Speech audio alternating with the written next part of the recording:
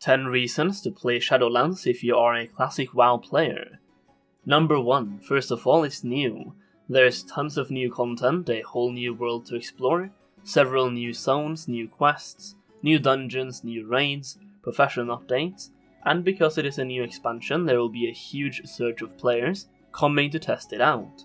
The launch experience of any expansion is, in my opinion, unlike anything else, and I just love it. And because there are so many more players in the game during this time, it's a perfect time to make friends, find a guild if you don't already have one, and if you're into gold making like I am, having more players play the game also usually means more item sales and bigger gold making potential. And in BFA, I made over 10 million in the first 2 months of playing, without putting in too much effort and without playing the auction house at all. I straight up farmed it, because the gold farms are so much more lucrative at the start of any expansion. You also have new lore, new characters, and old characters coming back, and in this case we get to see tons of loved characters from the past, and we get introduced to a brand new system in the Shadowlands, aka the Covenants, which can be both a good and a bad thing depending on how you look at it, and what Blizzard ends up doing with it. I'm hopeful though. Number 2, the scenery is absolutely beautiful. Once again, the art team has done a smashing job, and I absolutely love every single zone so far. Each zone captivates its own essence, and it really shows both the beauty and the ugly of the Shadowlands. And it shows that the Shadowlands can be a scary but also peaceful place, depending on which zone you're in and which covenant you're sent to. The point is, the game is absolutely beautiful, the zones look great, and the music is fantastic. Number 3, if you got to level 60 in Classic WoW, you have a free level 110 boost in retail as well. Once the pre-patch comes along and the level squish happens, that will be the equal to level 45, and you can then level up to level 50, which is a level cap until Shadowlands comes out. Basically, you have a free character boost that will save you hours of leveling, so that is a perfect opportunity to get started in retail as well, and you've skipped the most boring part in my opinion. Number 4, if you are into gold making, which I'm going to assume you are considering 90% of my content is about gold making, then first of all, you can trade gold between classic and retail, and with Shadowlands coming there will be a lot of easy gold to be made. At the start of every expansion, simple gold farms through herbalism and mining are worth a ton, and you can convert that gold into classic WoW gold, and I could imagine you'll make between 500 and 1000 gold per hour in classic WoW numbers by utilizing this method. Secondly, gold also holds a lot more value in retail in my opinion, because that's where all the big traders are.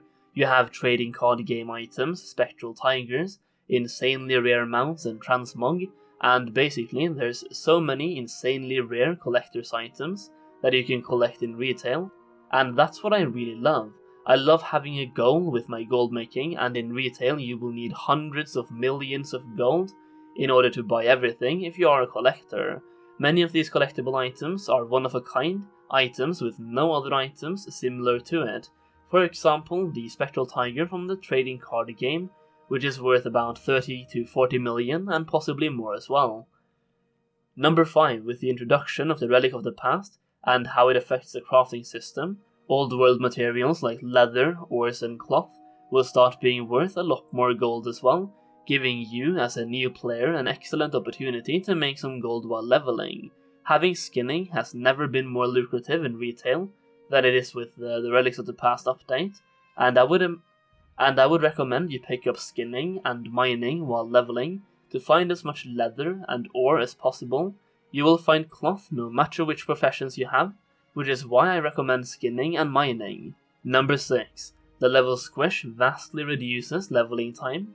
So if you're planning to level up more characters and you were dreading that 7-day playtime to reach max level, well here you go. Leveling from start to finish is basically faster than ever, and you can choose where you want to level, and by the end of that expansion's questing line, you will be level 50, and then you can get the full experience from that expansion in one big cohesive story, instead of jumping from expansion to expansion, quickly out-leveling zones and therefore missing 80% of the lore and story.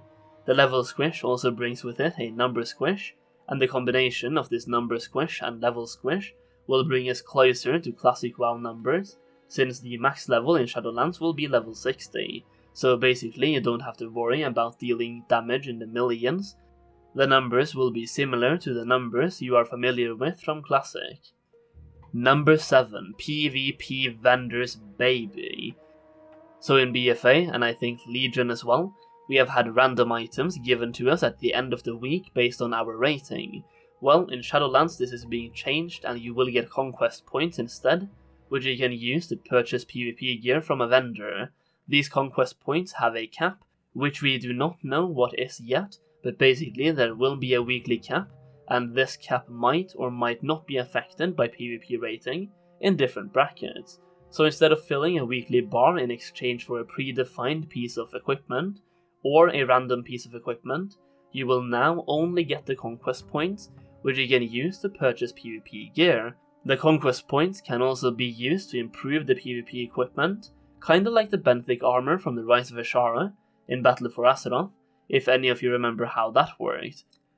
Or like upgrading your gear in Mist of Pandaria, I suppose, where you could upgrade your gear with Valor points, or at least I think it was called Valor points. Basically there will be less RNG involved, and you will be able to purchase and upgrade PvP gear with a currency, with a weekly cap, which is a great change, and it kinda reminds me how things worked in Wrath of the Lich King, combined with the good parts about Mist of Pandaria. Number 8, you have new and exciting content to check out while waiting for the final challenge of Classic WoW, which we all know is Noxramas, which will not be out for several months anyway, and if my guess is correct, it's going to be around January, giving Blizzard tons of time to work on the next Shadowlands patch in the meanwhile, and giving people fresh content to do while leveling. Basically, I am assuming, and probably fairly correctly, that Blizzard's plan is that when retail has a content drought, there will be fresh content in Classic to check out, and vice versa. So, Shadowlands comes out, then 2 to 3 months after Shadowlands comes out, Noxramas comes out, then 2 to 3 months after that, the next Shadowlands patch comes out, and then a few months down the line, they announce the Burning Crusade and start a beta for that during some content drought as well, and then the Burning Crusade will most likely launch, let's say 4 to 5 months after the final patch of Shadowlands, as generally that's when people get bored of that patch, and it will still last for another 4 to 5 months, while Blizzard work on the next expansion. Number 9, the mounts dude. The mounts in Shadowlands are absolutely top tier, and I am for once aiming to collect as many of them as possible, and I might even stream some of it, so make sure you follow me on Twitch to watch me rage when I don't get the mounts, link down below. But yeah, the mounts are absolutely insane, and I mean with the theme being Shadowlands, the mounts simply has to be insane, and the art team really has done an absurdly great job on them. Number 10, more relevant Solheim videos, as I will completely change my focus over to Shadowlands for a while, but I might still check back in with Classic as well. The thing is though, gold making has always been my passion in the game, and right now, it's getting a bit stale in Classic, and I've always loved gold making in retail WoW. I also feel like I've left my mark on the Classic WoW community, and I have helped you make as much gold as I can for now, which was my original goal. Now my plan is to do the same with Shadowlands, and then do the same in the Burning Crusade as well. As a bonus reason, you can also raid competitively at a high level without getting a single world buff. And that's it, those are some reasons for you to try out Shadowlands, and I really do hope you give it a try. Who knows, you might end up enjoying it. If you enjoyed this video, please consider giving it a thumbs up, leave a comment down below why you will or will not play Shadowlands, as I'm genuinely curious if you guys are going to play it or not. And that's it guys, thank you all so much for watching this video, and I will see you in the next one.